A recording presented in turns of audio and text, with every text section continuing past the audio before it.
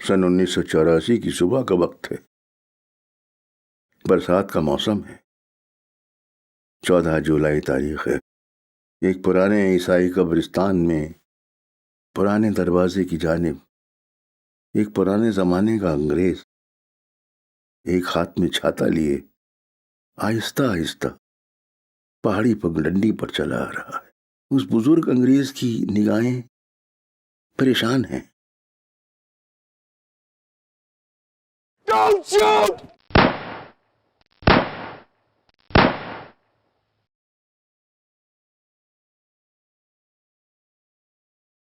तुम मेरे पास रहो, मेरे कातिल, मेरे दिलदार, मेरे पास रहो।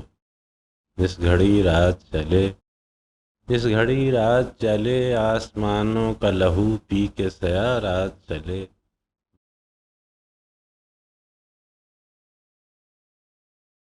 क्या ये वही जगह है जहाँ नाना जान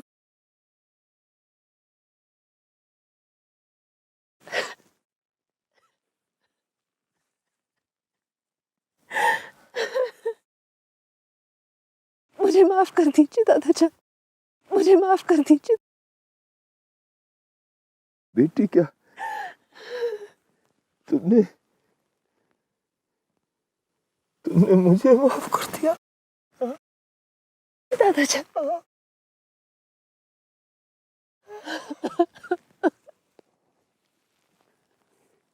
बेटी,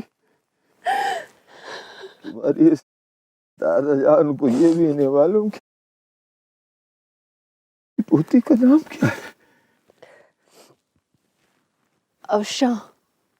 वाह वाह, अफशा, वाह वाह,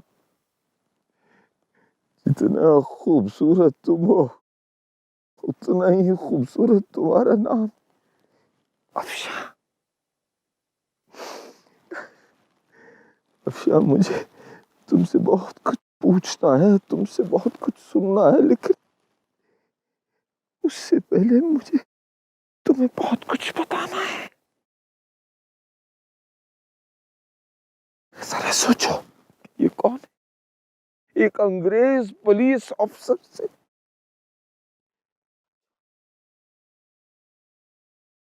वो अंग्रेज पुलिस अफसर जिसने इनको गोली मार दी थी, उससे मुझे पता चला कि ये कोई अजनबी नहीं है, ये शकुफ्ता का शौहर है, तुम्हारे नाना जी और आपके माइकल के होने वाले ससुर। मेरे माइकल के होने वाले ससुर।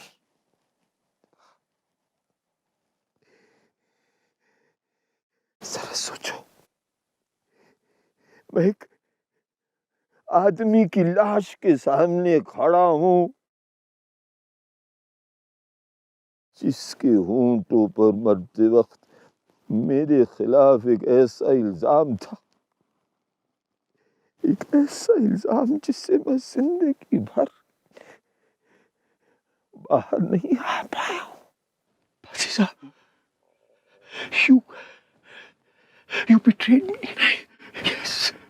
नहीं दोस्त, you trapped me. ऐसा नहीं है पादरी साहब, नहीं। All this talk of God and love and wisdom, पादरी साहब, this poetry was all lies. नहीं मेरे दोस्त, नहीं, ऐसा नहीं है। You betrayed me, पादरी साहब. You, मेरे दोस्त, नहीं। Don't shoot! Don't shoot! एक पल में, एक सांस में, वो जो हमने दुनिया बनाई थी, प्यार मोहब्बत की एक दुनिया बनाई थी, मैंने, पंडित जी ने, मौलवी साहब ने, माइकल ने, शगुफ्ता ने, तुम्हारी वालिदा ने, फैज की शायरी ने, वो दुनिया मेरी आंखों के सामने उस एक पल में, उस एक सांस में खत्म हो गई। मैं पागल सा हो गया। मैं कब्रिस्तान से भाग गया। भागते भागते मैं मौलवी साहब के घर के पास पहुंचा, लेकिन मुझसे पहले वो बयान खबर वहां पहुंच गई थी। उतने में पंडित जी मेरे पास पहुंचे और उस नेक आदमी ने कहा कि पादरी साहब, इस समय आप उनके पास न जाइए। और फिर उन्होंने मुझे मेरे घर तक पहुंचा दिया। फिर अफशा, मैंने तुम्हारे वालिद साहब को, यानी कि अपने माइकल को वहां भेज दिया। मेरा माइकल, मेरा रहनुमा, मेरा पैगंबर, मेरा माइकल। वो लोग आपसे मिलना नहीं चाहते। और क्यों मिलना चाहेंगे? आपकी वजह से आज किसी के घर में अंधेरा छा गया, किसी का शौहर मर गया, किसी का बाप मर गया। माइकल, खुदावन जान। मेरे सामने खुदावन का नाम मत लीजिए। जब मां मरने वाली थी तो इसी खुदावन की सेवा करने के लिए आपने उन्हें अकेला छोड़ा, मरने के लिए, और उन्हें मरने दिया। ऐसा नहीं है भाई। ऐसा ही है डैड। आप यहां हिंदुस्तान में रहते हैं अपने खुदावन की सेवा करने के लिए, इसलिए नहीं कि आपको यहां के लोगों से प्यार है, इस वतन से प्यार है। और इसीलिए आज सुबह आपके सामने एक शरीफ आदमी का खून हुआ और आप कुछ नहीं कर पाए। और इसीलिए बाजार में सारे अंग्रेज आपके गुण गा रहे हैं और सारे हिंदुस्तानी आपसे नफरत करते हैं। माइकल, ये सच नहीं है। यही सच है डैड। मुझे यहां रहने के लिए खुदावंद का बहाना नहीं चाहिए, और इसीलिए मैं उन लोगों के साथ पाकिस्तान जा रहा हूं, अपना एक वजूद बनाने। मैं यहां आपके वजूद में नहीं रह सकता।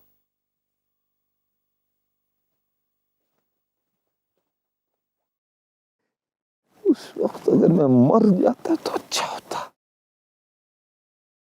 लेकिन वाह वाह, खुदावंद भी क्या चीज है। उस वक्त अफशा, उसने वो वादा याद दिलाया जो मैंने इदराक से किया था।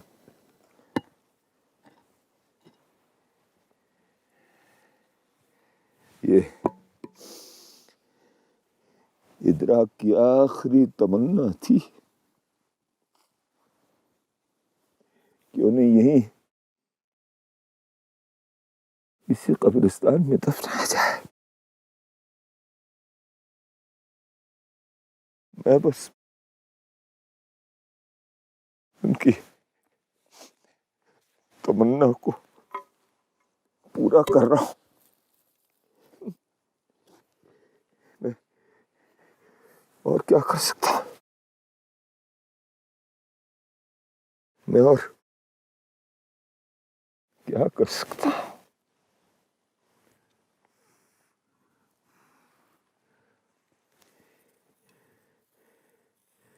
एक फुर्सत ए गुनाह मिली, वो भी 4 दिन। इदराक अंसारी, तारीख पैदाइश 22 जून 1887, तारीख वफात 14 जुलाई 1947, मसूरी।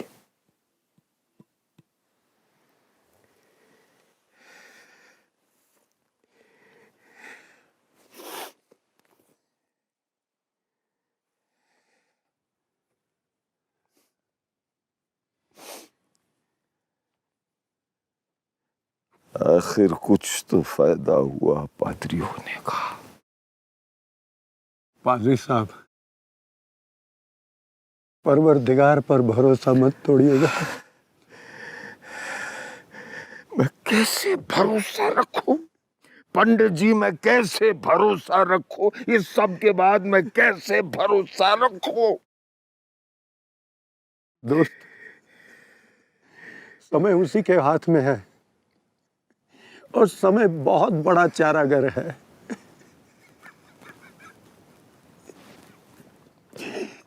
मैंने मौलवी साहब को भी यही कहा।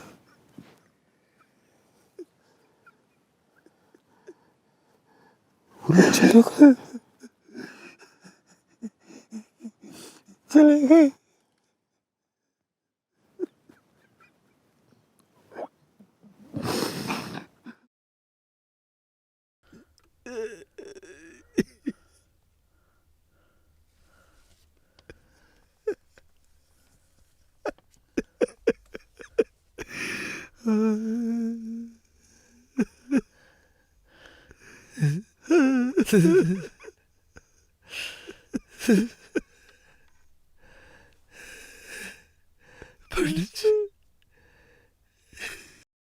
ये क्या हो रहा है?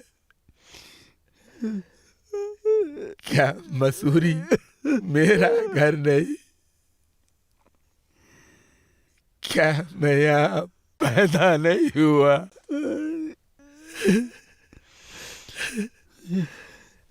क्या हम दोनों सामने स्कूल में एक साथ पढ़ने नहीं जाते थे?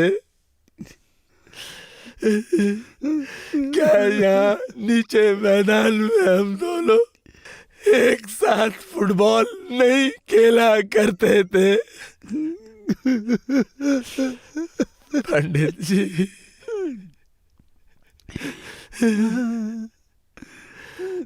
पंडित जी, क्या हमारी मोहब्बत की मिसाल इन्हीं पहाड़ियों, इन्हीं वादियों में नहीं दी जाती थी? क्या हमारी दोस्ती के किस्से इन्हीं पेड़ों की शाखों से टकरा के आज भी नहीं गूंजते हैं? क्या इस पगडंडी ने हजारों मर्तबा हमारे कदमों का इस्तकबाल नहीं किया है? क्या क्या इस पगडंडी ने कभी ये पूछा कि ये कदम हिंदू है या मुसलमान है?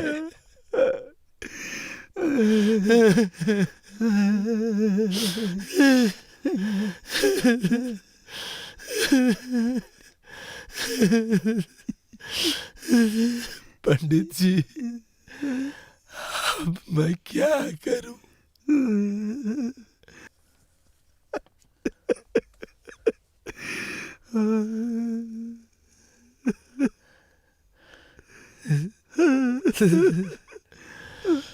पंडित जी, आज सुबह जो हादसा हुआ है वो हम सब के लिए ऊपर वाले की तरफ से एक इशारा है कि हमने प्यार मोहब्बत की जो दुनिया बसाई थी सब सपना था, सब सपना था। हकीकत से उसका दूर दूर तक कोई वास्ता नहीं। मौलवी साहब, आप खुदा पर भरोसा कभी मत छोड़िएगा। वक्त उसी के हाथ में है।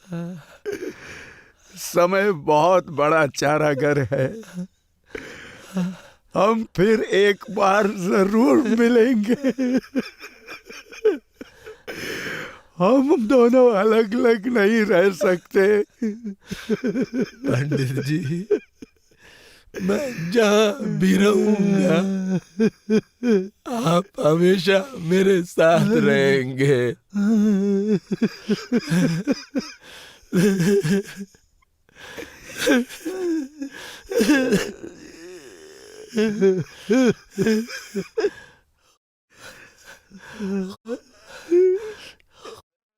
खुदा हाफिज खुदा हाफिज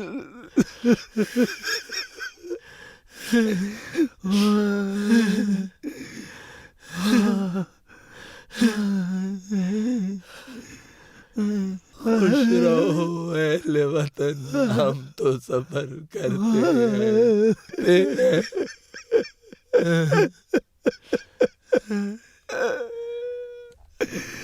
खुश रहो अहले वतन, हम तो सफर करते हैं।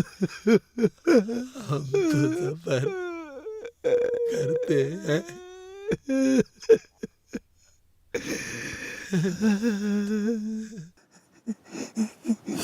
चले गए।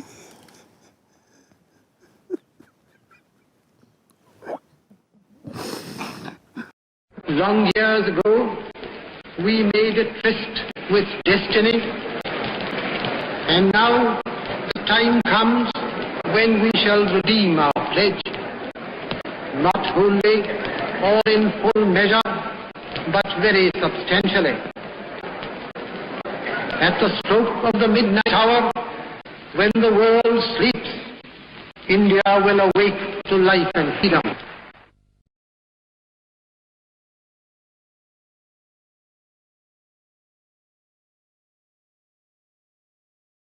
Long years ago, we made a tryst with destiny, and now the time comes when we shall redeem our pledge, not wholly or in full measure, but very substantially. At the stroke of the midnight hour, when the world sleeps, India will awake to life and freedom. A moment comes, which comes but rarely in history, when we step out from the old to the new, when an age ends, and when the soul of a nation long suppressed finds utterance. It is fitting that at this solemn moment, we take the pledge of dedication to the service of India and her people, and to the still larger cause of humanity. Papa, आज आजादी की सुबह है, चारों तरफ खुशियां ही खुशियां बिखर गई हैं। आपको पता है, पंडित जी ने जो कल रात को तकरीर दी थी असेंबली में, मैंने उसे रात भर रेडियो पर सुना और उसे सीखा है। At the dawn of history, India started on her unending quest, and trackless centuries are filled with her striving, and the grandeur of her successes and her failures. Through good and ill fortune alike, she has never lost sight of that quest or forgotten the ideals which gave her strength. We end today a period of ill fortune, and India discovers herself again. The achievement we celebrate today is but a step, an opening of opportunity. And so also is disaster in this one world that can no longer be split into isolated fragments. To the people of India, whose representatives we are, we make an appeal to join us with faith and confidence in this great adventure. This is no time for petty or destructive criticism, no time for ill will or blaming others. We have to build the noble mansion of free India where all her children may dwell. The appointed day has come. The day appointed by destiny.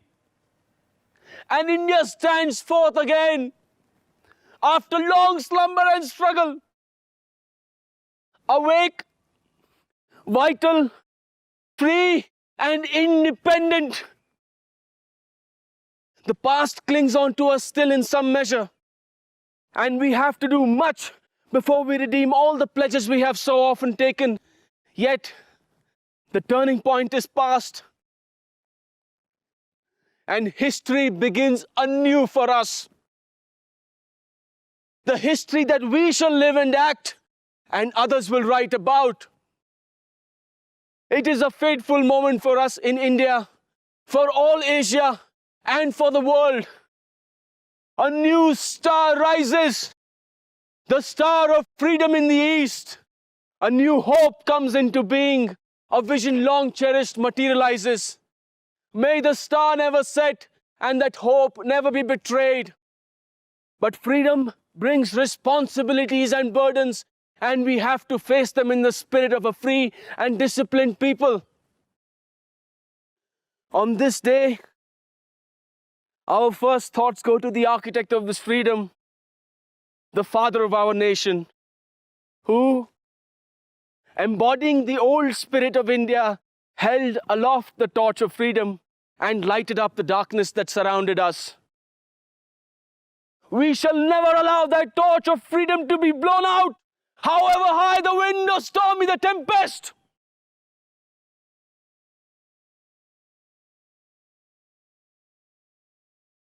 We think also of our brothers and sisters who have been cut off from us by political boundaries and who unhappily cannot share at present in the freedom that has come.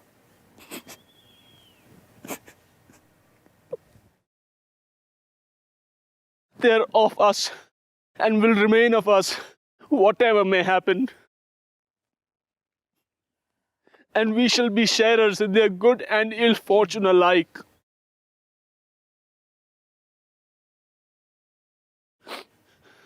The future beckons to us. Whither do we go and what shall be our endeavor? To bring freedom and opportunity to the common man, to the peasants and workers of India. To build a progressive, democratic and prosperous nation. We have hard work ahead. There is no resting for any one of us till we redeem our pledge in full. Till we make all the people of India what destiny intended them to be. We are citizens of a great nation on the verge of bold advance, and we have to live up to that high standard. All of us, to whatever religion we may belong, are equally the children of India with equal rights, privileges and obligations. We cannot encourage communalism or narrow-mindedness, for no nation can be great whose people are narrow in thought or in action. And to India, our much-loved motherland, the ancient, the eternal, and the ever-new, we pay our reverent homage and bind ourselves afresh to her service. जय हिंद! पापा मैं college जा रहा हूं, आज हम वहां पहली बार तिरंगा लहराने वाले हैं। जय हिंद पापा!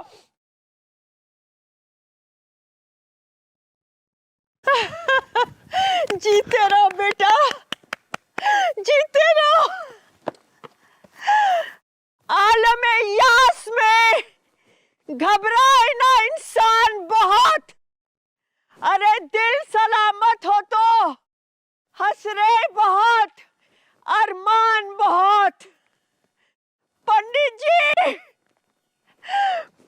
जी आज हमारे भारत को आजादी मिली है, आजादी मिली है और बहुत जल्द इस लक्ष्मी को भी आजादी मिल जाएगी। पंडित जी मैं जानती हूँ कि आप मौलवी साहब को लेकर और पादरी साहब को लेकर बहुत चिंतित हैं, बहुत दुखी हैं।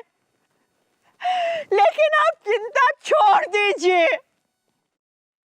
आपको याद है वो नज्म में एक शब्द आता था महवर, और मैंने मौलवी साहब से पूछा था कि महवर शब्द का अर्थ क्या है, और आपको याद है मौलवी साहब ने कहा था महवर शब्द का अर्थ है धुरी, धुरी जिस पर पहिया घूमता है। पंडित जी पंडित जी आप टूट नहीं सकते, आप टूट नहीं सकते। अरे आप भी तो वो केंद्र बिंदु है जिसके इर्द गिर्द सब कुछ घूमता है। आप टूट नहीं सकते। नहीं पंडित जी नहीं। आपको याद है आप हमेशा कहते थे कि समय बहुत बड़ा चारागार है। आप कहते थे कि नहीं, फिर आप क्यों चिंता करते हैं? सब ठीक हो जाएगा।